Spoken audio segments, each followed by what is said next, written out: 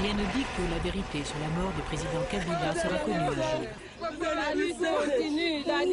À ses funérailles, beaucoup de Congolais pleuraient, mais d'autres discrètement se réjouissaient de la disparition d'un homme qui a toujours refusé de partager le pouvoir et qui n'a pas réussi à sauver l'unité de son pays. Mais tous se sont pris à espérer que son fils allait tenir enfin les promesses faites par son père un peu plus de 4 ans auparavant.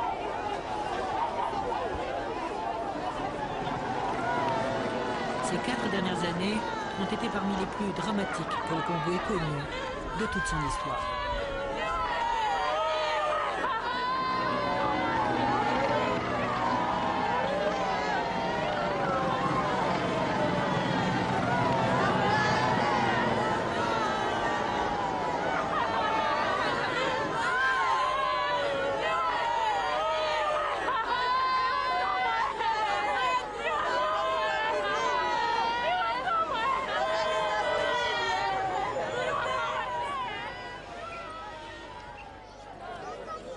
Les camps de réfugiés Hutus du Kivu, en 1996.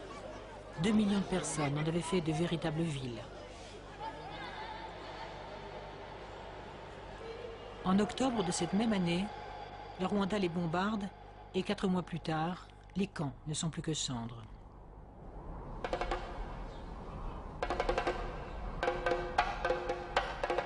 La guerre de libération qui a entraîné la chute du président Mobutu trouve en grande partie son origine dans la menace que constituaient pour le Rwanda voisin les Interahamwe, ces milices hutus rwandaises, et les anciens soldats de l'armée régulière, appelés phares, qui d'ici attaquaient le Rwanda. Depuis 1994, les Interahamwe et les phares, auteurs du génocide qui a coûté la vie à 800 000 Tutsis, préparaient, fomentaient, avec la bénédiction du président Mobutu, la reconquête du Rwanda, qui est bien décidé à ne pas se laisser faire.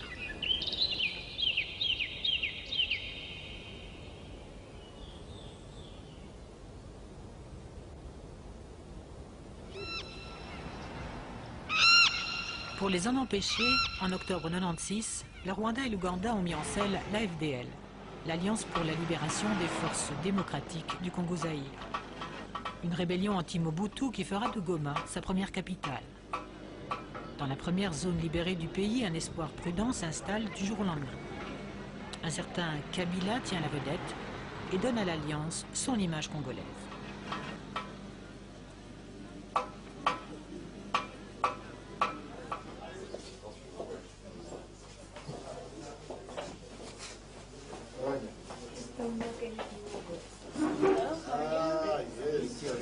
Dans le palais de Mobutu, devant des journalistes venus d'un peu partout, Kabila est comme un poisson dans l'eau. Et déjà, il annonce la couleur. Il se voit bel et bien le président d'un Zaïre, délivré de Mobutu, et sera reconnu comme tel par la communauté internationale. Je viendrai en Belgique pour défendre notre position devant le peuple. Ça, c'est le scoop. Quand? À quelle date? Mais il faut qu'on me facilite les choses. Je vais discuter avec mes amis. Vous sollicitez une invitation, là? Kabila est depuis les années 60 un chef de maquis marxiste.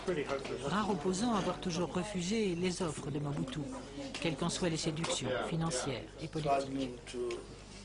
À ses côtés, le commandant Massassou, un homme discret que personne n'interroge, mais qui est pourtant le chef d'état-major de l'Alliance.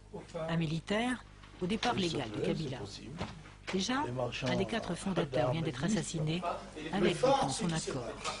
Massassou ne sait pas qu'il est voué au même sort.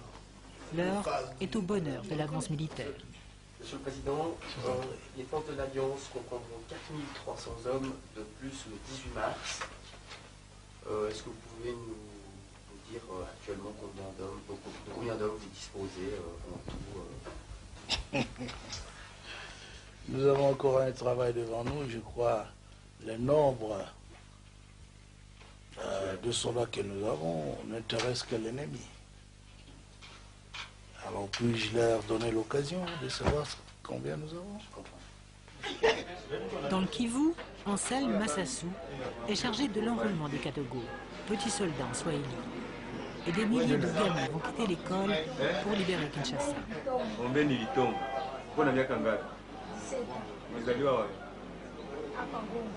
Kabila en veut 100 000 pour faire oublier que ces vrais combattants sont les Rwandais, les Ougandais, les Angolais, qui sauront toujours éviter les caméras.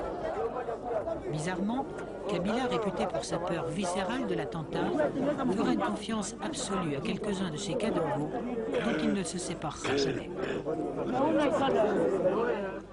En février 1997, rares sont ceux qui connaissent cet homme de 56 ans que Che Guevara avait rencontré dans son maquis 30 ans plus tôt. Aujourd'hui, un même objectif soude les Congolais, les Rwandais, les Ougandais, abattre Mobutu. Mais on se demande si le vrai pouvoir n'est pas aux mains de ces puissants étrangers qui ont permis à Kabila de mener la rébellion. J'aurais voulu que ces messieurs-là s'inquiètent du rôle de la France, de la Belgique et des mercenaires dans ce pays. Le Rwanda, le Burundi, je ne sais pas si vous avez cité le Burundi ou l'Ouganda. Mais pourquoi s'inquiéter d'eux? Ils n'ont pas fait le malheur de ce pays pendant 31 ans. Qui ont fait le malheur de ce pays? Ils ne peuvent pas ne pas être nos amis politiques parce que nous avions le même ennemi. Mais tout le malheur ici a été amené par des pays comme la France, la Belgique et les autres.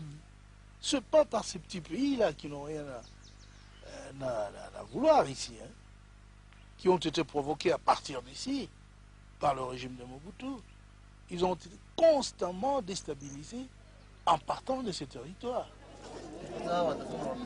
À ce moment-là, les premiers massacres de réfugiés hutus rwandais commencent à l'Est. Ces massacres ne sont pas le fait des soldats de Kabila, mais otages des Rwandais et de leurs forces, Kabila laisse faire. Et cela ne lui sera jamais pardonné.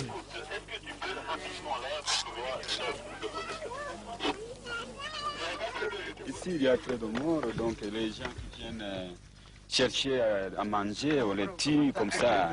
Et puis, on ne comprend pas comment on les tue. Qui les tue? Les militaires rwandais, les Tutsis. Les Tutsis, ce sont les Tutsis de Kagame qui viennent.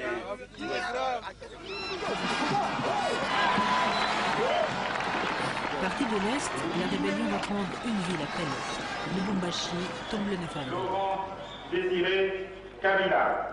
Je demande au peuple d'applaudir son grand libérateur.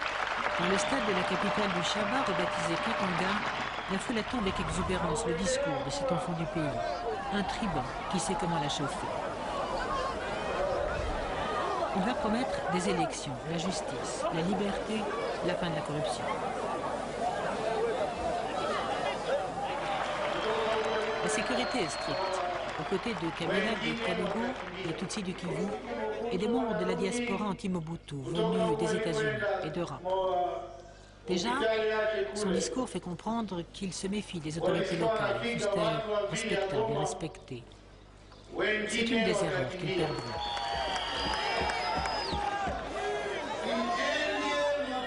Il a mal débuté sa campagne, donc il fallait associer les gens du MPR qui ont bien travaillé dans le MPR. Prenons l'exemple du maire, le maire de la ville de Lubumbashi. Il a bien travaillé, ça on est d'accord pour tout le monde, donc il faut le garder. Parce que maintenant il nous amène des gens qu'on ne connaît même pas. Comment est-ce que nous allons les accepter? Parce que plus tard ça sera parfois une folie de grandeur. C'est ça mon idée maîtresse. Kabila ne perd pas de temps. Il faut financer la guerre.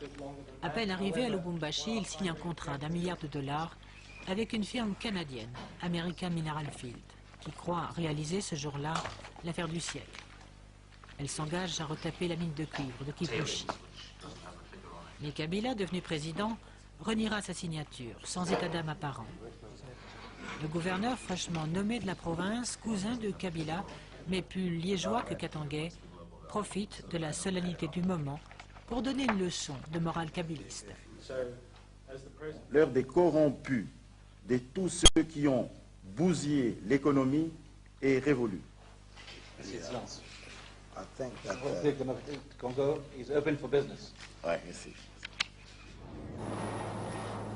Pendant que l'Alliance continue son avance vers la capitale zaïroise, les diplomates s'affairent pour éviter un Vinci. Après plusieurs tentatives avortées, Laurent Désiré Kabila va consentir à rencontrer le président Mobutu sur un bateau sud-africain au large de Pointe-Noire. Kabila se fera attendre longtemps. très longtemps. Le vieux président est très malade, rongé par le cancer, les abandons et l'humiliation d'une défaite annoncée. Cinglé par l'affront que lui inflige Kabila, Mandela, hôte de l'entrevue, ne pardonne pas à un homme qui s'est fait ce jour-là un nouveau lot d'ennemis. Kabila en réalité gagne du temps, car chaque heure qui passe rapproche ses hommes de Kinshasa. Le 16 mai, la DSP de Mobutu s'en va. La ville tombe le 17 mai. Les soldats de Mobutu rendent leurs armes sans résistance. S'il nous dit de déposer des armes, nous allons déposer avec sincérité. Nous ne voulons pas de désordre, nous ne voulons pas de bain de sang ici à Kinshasa.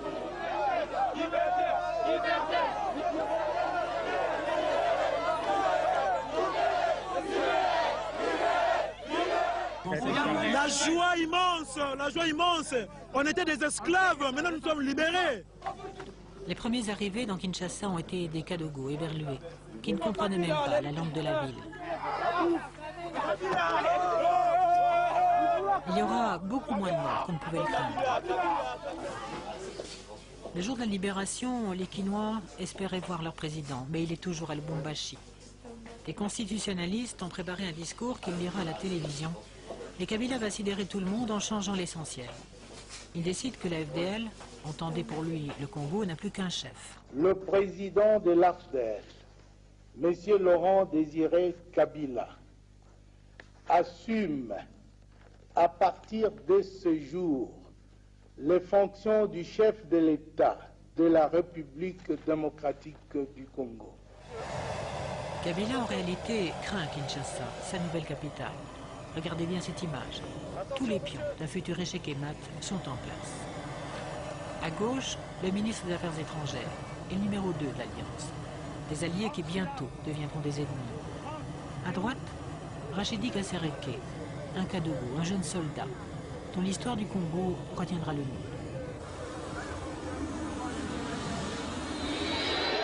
Moi, Laurent Désiré Kabila, président de la République, je jure fidélité à la nation.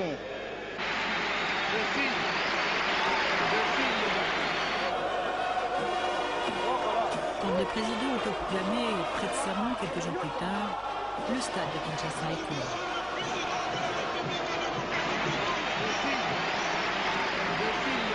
Les parrains sont là. Présidents de l'Ouganda, du Rwanda, du Burundi. Ceux à qui il doit la victoire.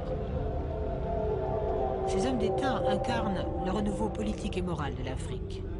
Apôtres de la bonne gouvernance, ils annoncent une ère où elle se passera enfin de l'Occident. Tournera le dos à la corruption, à l'ethnisme, aux dictatures. On ne voit pas ce jour-là que déjà le discours de Kabila de Lubumbashi a suscité chez ses alliés des tensions, des interrogations. Les Kinois et leur président vont faire connaissance. Ils veulent croire au changement, et les premiers mots de Kabila vont leur donner raison, car la vie quotidienne va enfin changer. D'abord, et le soulagement est général dans les quartiers, dans le pays, la sécurité est enfin presque assurée. On commence à voir les transports publics, les impôts sont collectés, et vont dans les caisses de l'État qui, cependant, n'aura jamais de budget. Il n'a pas non plus de cadre institutionnel. Une grande réforme monétaire est entreprise. Les billets de Mobutu sont détruits et remplacés par un nouveau franc congolais. L'inflation est jugulée. Mais les points noirs sont préoccupants. Les partis politiques, les manifestations sont interdites. Le nouveau président, comme son prédécesseur, va se mettre à dos les associations congolaises de défense des droits de l'homme. Les massacres de réfugiés Hutus le privent de toute aide internationale digne de ce nom. Parce qu'il a rencontré l'Américain Jesse Jackson, un envoyé spécial du président Clinton, le chef du grand parti d'opposition, l'UDPS, Étienne Tshisekedi, est relégué dans son village natal, en juin de s'y reconvertir à l'agriculture. La ministre de l'Intérieur ne comprend pas pourquoi cette relégation bouleverse tellement les Congolais et l'opinion internationale. Je pense qu'on lui a même prêté un motoculteur avec des choses, des semences. Il n'y a pas de martyrs. À Lubumbashi, en mai 98, une cour martiale juge des opposants. Dans l'opinion publique congolaise, certains se disent que Kabila a peut-être raison de donner la priorité à la reconstruction